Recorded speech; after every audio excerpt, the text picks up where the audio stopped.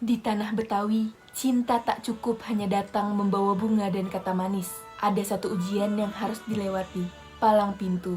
Disinilah laki-laki diuji dengan keberanian, keluasan, dan kesungguhan niatnya. Maka palang pintu bukanlah sekedar hiburan, tradisi yang mengajarkan bahwa restu tak datang tiba-tiba. Ia harus diperjuangkan di depan keluarga dan adat yang dijunjung tinggi. Maka palang pintu, gerbang menuju restu, simbol cinta yang tak main-main. Lalu, bagaimana awal dimulainya palang pintu hingga bisa berkembang sebagai tradisi perkawinan khas Betawi? Palang pintu itu kan bagian inti dari ritus atau upacara perkawinan adat masyarakat Betawi. Si palang pintu itu dulu namanya bukan palang pintu, ya. Dulu itu namanya sapun atau nyapun. Sapun atau nyampun berasal dari bahasa Betawi Arkais, yang artinya berkomunikasi dengan sopan dan santun. Hal ini diekspresikan dalam kegiatan berdialog, yaitu berpantun. Sapun mulai menjadi kebiasaan yang terus bermetamorfosa dengan tata cara adat yang beragam. Dia baru kemudian berubah menjadi palang pintu itu baru di awal abad 19.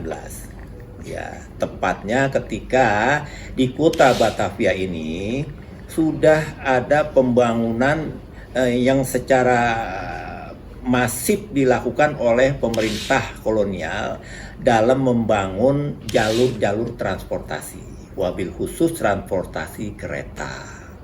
Maka di tiap tikungan, di tiap perempatan yang dilewati oleh kereta itu, maka pemerintah kolonial membuat perboden. Ya, perboden itu halangan atau palang pintu supaya orang untuk menjaga keselamatan. Nah, kemudian hal seperti ini lama-kelamaan diserap oleh orang Betawi yang semulanya disebut sapun itu kemudian disebut buka palang pintu. Palang pintu mulai masif di awal abad ke-20 saat banyak tokoh Betawi mulai menggunakan palang pintu sebagai suatu kebiasaan dalam pernikahannya. Salah satunya adalah Husni Tamrin yang disebut telah melaksanakan prosesi palang pintu. Oleh karena itu, palang pintu ini menjadi model tradisi lisan yang terus diturunkan dan diwariskan dari generasi ke generasi.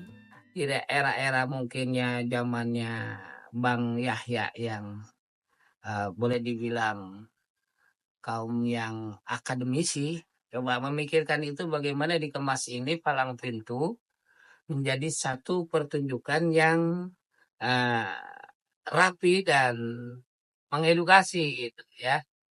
Dan dari kebiasaan orang Betawi ngaji dan silat ini dikemas menjadi acara buke palang pintu. Itu di era-era tahun 70-an tuh udah mulai kenceng tuh.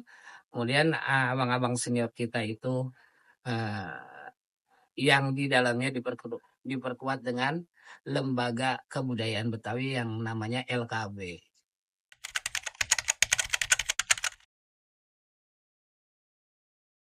Jadi ada rebana ketimpring harus, ada kembang kelapa harus, ada tukang pantun, ada yang silat, dan ada yang baca sike. Proses awal palang pintu diiringi dalam perjalanan yang dilakukan pengantin laki-laki untuk rumah calon pengantin wanita yang disebut ngerudat. Dengan rombongan membawa kembang kelapa serta pukulan rebana ketimpring yang menjadi simbol dinamika kehidupan yang cerah. Salawat juga dibacakan sebagai bentuk kepasrahan dan kemuliaan terhadap Rasulullah. Nah, kemudian ketika sudah berhadapan-hadapan, maka ada unsur pendukung, yaitu tadi orang yang menjadi juru bicara yang berdialog dalam bentuk pantun.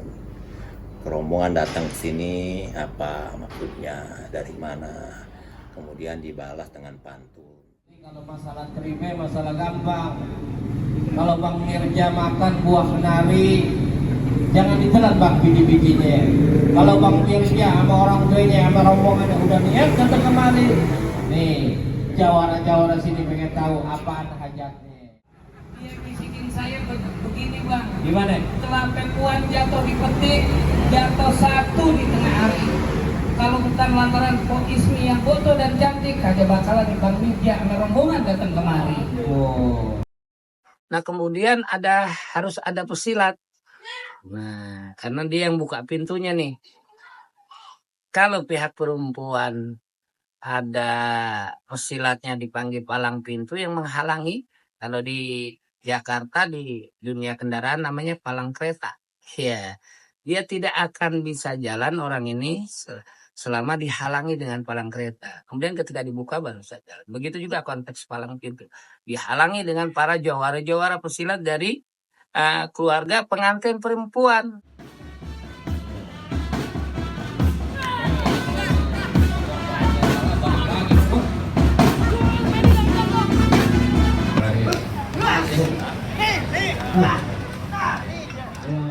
Silat itu maknanya kesiapan seorang laki-laki untuk menyunting seorang perempuan yang menjadi kecintaannya.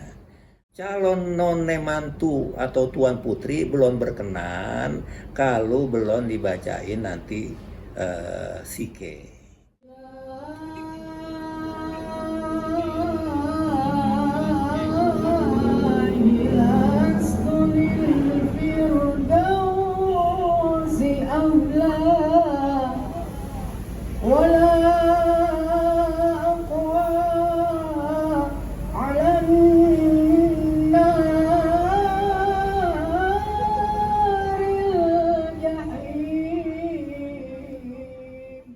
Itu sebagai simbol dari kesiapan seorang laki-laki yang mau kawin itu harus kamu secara mental, spiritual kamu sudah siap.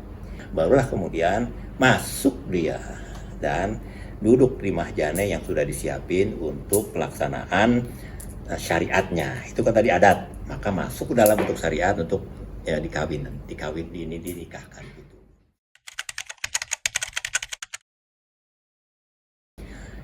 Yang namanya tradisi itu dia kan mempunyai pakem. Maka dia dari dulu sampai sekarang itu sesuai dengan pakem.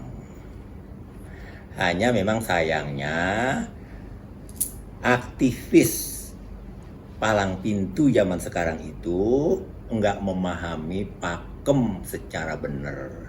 Sehingga yang kita lihat sekarang itu sebetulnya palang pintu ngaco, ya, ngaco belok, orang Betawi bilang ngaco belok, karena dia anggap dia mengekspresikan palang pintu itu sebagaimana dia tampil dalam panggung pertunjukan lenong. Jadi apa aja diucapkan. Jadi ya, gap pemahaman aktivis baru itu ada gap. Dia anggap kalau dia muncul itu dulu itu nggak boleh pakai perempuan, nggak boleh pakai anak kecil ya. Sekarang kan kalau kita lihat, kamu nonton tuh ada anak kecil, kemudian ada main jog-jogan begitu, ada di main rot-rotan celana, itu nggak begitu. Karena ini 12 pihak yang menjaga marwahnya masing-masing, sehingga kenapa dia untuk mencegah kevulgaran itu dia menggunakan pantun, karena dia nggak mungkin dia berdialog, bang saya dengar abang punya anak ya, sini saya minta anak abang jadi mantu saya, nggak begitu, kan dia pakai pantun. Kalau tidak karena mentari nggak bakalan kembang berseri, kalau nggak karena tuan putri rumahnya di sini tidak bakalan rombongan tuan raja mude sampai ke sini. Jadi pakai pantun, jadi bukan sini bang saya minta anaknya, nggak begitu. Maka itu di awal disebutkan sapun. Kayak itu ya, semuanya kan dia serius, silat kan serius. Sike apalagi, sike itu kan yalil itu kan yale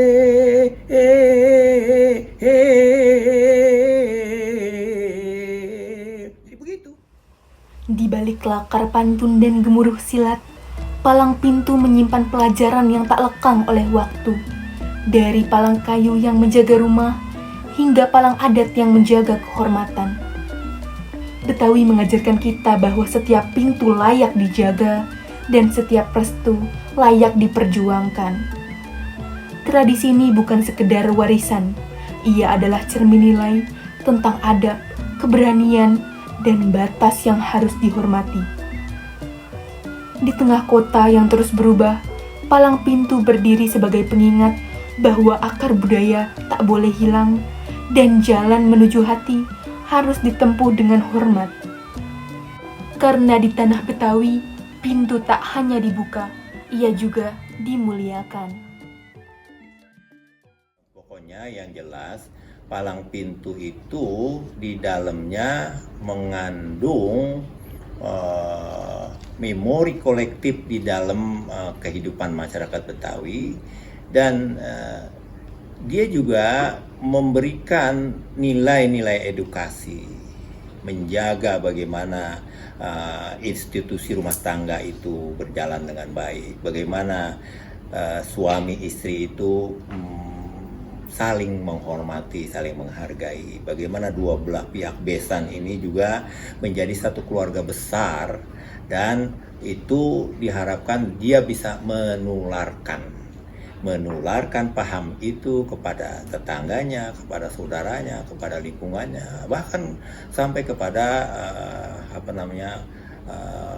tingkat-tingkat yang lebih luas lagi. Jadi bukan hanya tingkat provinsi, tapi tingkat nasional, bahwa berumah tangga itu adalah memelihara kehidupan, dan kehidupan ini harus diatur sesuai dengan apa yang sudah ada, baik secara adat maupun secara agama.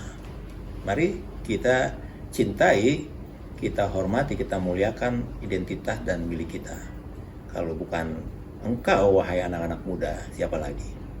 Jadi begitu dari saya. Kalau saya boleh pantun, kupas kelapa jangan dibelah, kalau dibelah tumpah airnya.